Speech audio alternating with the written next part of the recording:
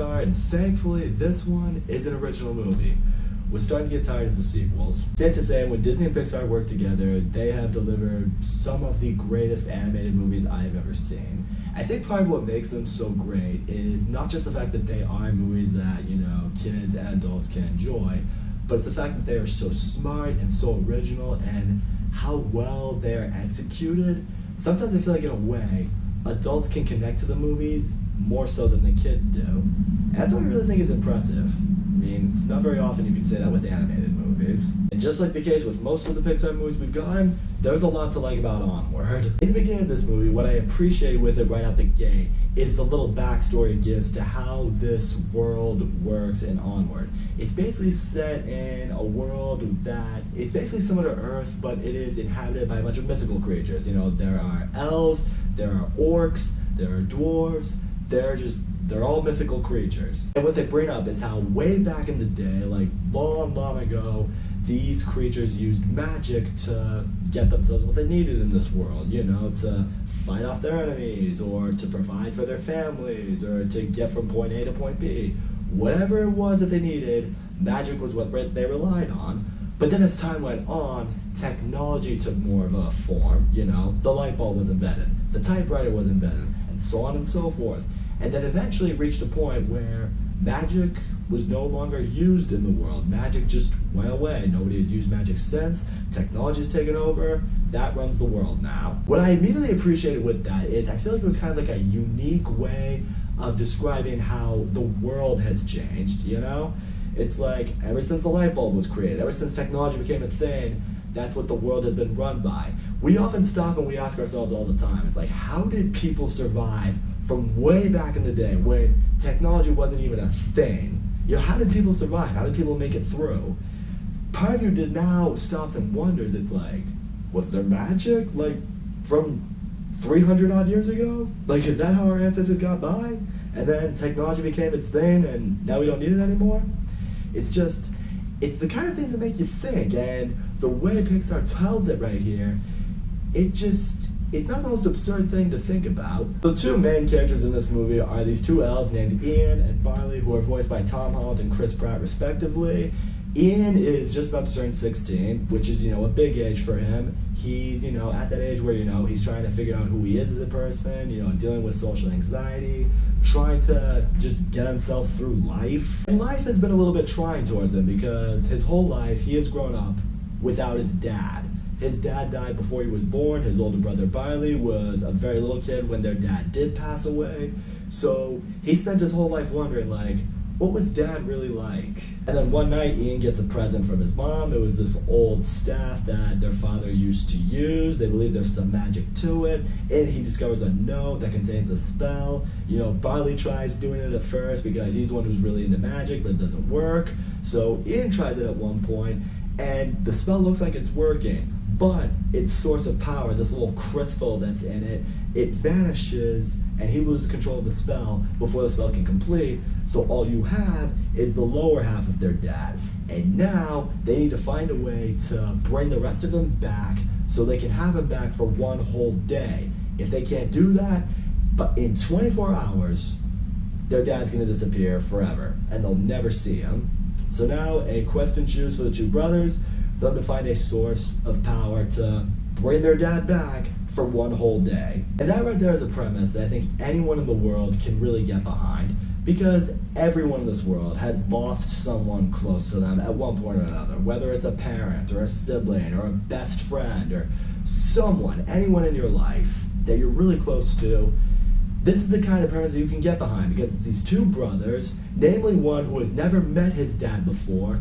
They're going on this journey to bring their dad back for just one day so they can just have that form of reconnection with him, so they can tell him that they love him again, so they can, say whatever they want to him, so they can experience what it's like to have him in their life again. You ask anybody in the whole world, would you go on a quest to bring someone you love back to life for one day? anyone would say yes. I guarantee you, not a single person in the world would say no. What I also really appreciate in this journey is seeing just the brother relationship between Ian and Barley, and a lot of that credit has to go to Tom Holland and Chris Pratt. They had great chemistry together in this movie. I loved seeing the way they did play off one another. Part of me felt they would work well together. I've seen them work in Avengers Infinity War, and they worked very well together in that movie. I had a feeling they would do the same in this movie, even though they're not totally together, it's just voice acting, but you feel chemistry. You feel like they were the right actors to voice these characters. And what I obviously appreciate with them is just how different they are in personalities. You have Ian, he's not really sure of, who he is as a person yet. He's dealing with a lot of anxiety. He's not really ready to go out and just face the world. He's not totally ready for this quest. He's on it just so he can see his dad again. Then on the other side, you have Barley, who is kind of like this big nerd. I mean, it's weird. I saw the trailer. I thought he'd be kind of like one of those big jock, kind of douchey brothers. He's not really like that. He's this big nerd. He's obsessed with magic. He loves the old history behind the spells, behind how the world worked. But at the same time, you do feel he becomes a little bit envious of Ian, because Ian's the only one who can use the magic staff. He's the only one who, I guess you could say, has like magic blood in him. But where I think that really helps their relationship is, in a way, Barley now becomes kind of a coach to Ian. He becomes like his support system. He tells us like, all right, here's how you gotta hold the staff. This is the stance you gotta keep, and you have to believe. You need to be focused. You need to be locked in. And what I love seeing in this movie is one of the bigger lessons that Barley teaches Ian when it comes to using the staff and creating spells and conjuring magic. It's that you have to believe in it. If you aren't totally locked in on it, if you're not totally focused on it, if you really don't believe it's going to work, it won't work. I really like seeing that, because in Ian's case, I mean, obviously he's not very familiar with magic, but it kind of goes back to, what people say in real life. It's not just always seeing something, it's believing in it. And if you believe in it hard enough, you can feel it's real, or you can believe something is possible to accomplish. And you see it throughout the movie, whether they have to disguise themselves as someone else to evade the cost, whether they have to make something bigger or smaller for their own endeavors. There's one scene in particular that actually became really intense. They have to get across the other side of the cliff to continue their journey. There's no bridge. Well, there is a bridge, but it's on the other side. They gotta pull a lever towards it. So Barley tells Ian, all right, there's a spell to conjure an invisible bridge that can get you across to the other side. I'm gonna tie a rope to you, tie it to this rock, so that if you fall, you're gonna be okay. Ian tries it once, it doesn't work. He feels like he's gonna fall and die. But Barley's like, go out there, believe, and I promise you will get across. And this time, Ian believes, he's focused, he walks out, he's able to walk across the, invisible bridge to get to the other side.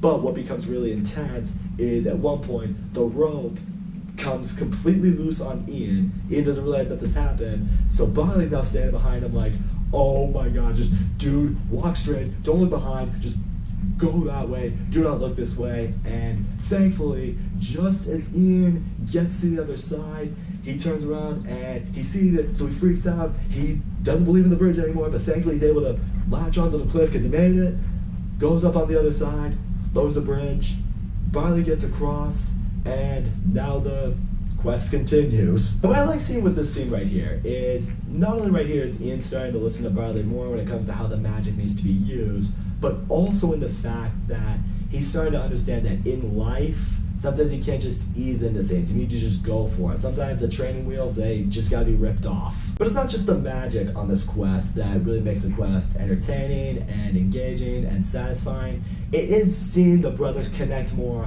on a personal level. Because as I mentioned earlier, they're very different. Ian doesn't sometimes get Barley, and vice versa. But it's during this quest, they start opening up to each other a little bit more. You start learning a little bit more about each other. And one moment that I really appreciate is Barley explains to Ian that one memory I had of our dad was when I was really little, and Dad was dying, and he was sick. He had all these tubes and everything around him, and I was just too scared to go in to see him. And because of that, he died, and I never got to say goodbye to Dad. That right there was something I thought was also very important that the movie illustrated, because right there it's showing, like, when you're little, when you're a kid, you don't really understand death. You don't understand how life works or how anything works. in his mind, he was a little kid, he saw all that being done with his dad, he probably saw how sick his dad looks, and it freaked him out. He's like, I don't want to go in there, I don't want to see him like that. And as a kid, you don't understand that's maybe the last time you're going to get to see your parent. That's the last time you could see someone that you love. I thought it was a very important, very touching message that the movie just kind of slid into it. It's like, trying to let the little kids out there know. It's like, whoever you have in your life, whoever your loved ones are, hold them close and cherish every moment you can with them, because you never know when you could lose them. I would say one of the flaws that I did have with this movie was the little side quest that Ian and Barley's mom is on. She's trying to track them down, trying to stop them from going on this quest because it's dangerous. She teams up with this, what's it called? She teams up with the manticore that the boys ran into earlier. I don't know what a manticore is. It's a character that's voiced by Octavia Spencer, and she's going on this journey with their mom because she's like, oh no, this spell that the boys are going to do, it's going to unleash this horrible curse, we have to go and stop them. We didn't really get a lot of focus on the quest, and I feel like the movie would have benefited if we did, because maybe we could have learned more about the manticore's past. Apparently she was like this big, great warrior of sorts from back in the day. We could have learned a little bit more about, the mom story, how she's dealt with the loss of her husband, their father. It kind of just felt like wasted potential. I feel like if you took that little side quest out of the movie entirely, the movie would have been no different. It felt like a wasted opportunity for me there. But now we get to the climax of the movie. The brothers have found the stone. They're preparing to bring their dad back. Unfortunately, now the curse has happened. This big rock dragon is now attacking them. It's coming after them. And, the sun is starting to, come down. So, they're losing their chance to bring their dad back. It's like, now at this point, they're only going to have a few minutes left with him. And now this is where it comes down to a really difficult decision for the brothers. At this point, someone has to stop this curse from destroying the town, destroying them. At first, Barley looks at Ian and he's like, you know what? You never got to have your time with Dad. Go ahead, you talk to him, you can finally meet him, I'll hold this curse off. But it's right here, Ian does probably the most adult thing he's done the whole movie, which is important because the whole movie is really him, it's about him becoming a man. And what he says to Barley is he's like, no, you know what, I'll be fine. You need to go talk to Dad because you need to finally say goodbye to him. You need to tell him that you're sorry. Because, in Ian's mindset, what he has earlier is a little flashback. He thinks about, the list of things he was going to do with his dad, share life, share laughs, take a walk, play catch, all the things that, he didn't get to do with his dad. He has a little epiphany. And he has just flashbacks of him and Barley hanging out on the quest or from childhood. And he realizes in that moment, he's like, my older brother, he kind of became my dad, which I think is a really empowering thing to show in the movie because, again, it's incredibly relatable to anyone who has older siblings or even just older people in your life who maybe aren't necessarily your parents, but you've always looked up to, you've always admired, who have always just been there for you the way a parent has been or could be. And Ian at this point is just like a master of magic, so he just goes and he takes out the curse, and from a distance, he sees Barley and their dad just talking, just having a little conversation, and then the dad just vanishes away. His time is now up. And Barley reunites with Ian and he tells him, it's like, I want you to know that Dad loves you, he's proud of you, and you're right, it felt good to finally tell him goodbye. So all in all, Onward, it's a really heartwarming movie. Ian and Barley were great main characters for this movie. I loved seeing their connection as brothers. I loved seeing their journey together, seeing them grow as brothers, seeing them grow in this relationship. Tom Holland and Chris Pratt, they kill it in this movie. You really do feel the chemistry. I really feel like they were the right choices to voice these two characters. I love seeing a very mythical world with mythical creatures set in very modern times that kind of alludes to magic in the past. I thought that was a clever twist for it that also makes you think a little bit about our own society. The way they used magic in this movie I thought was very appropriate. The movie's really funny. It's incredibly touching. It's very personal. I feel like anyone out there could relate to this movie. But now the talk is going to come, where does it rank among other Pixar movies? Because the way I see it, there's a certain scale with Pixar movies. You have the ones that weren't very good, like the Cars trilogy and Brave, for my opinion. Then you have the ones that were good, even really good, like Monsters University, Finding Dory, Incredibles 2, A Bug's Life, but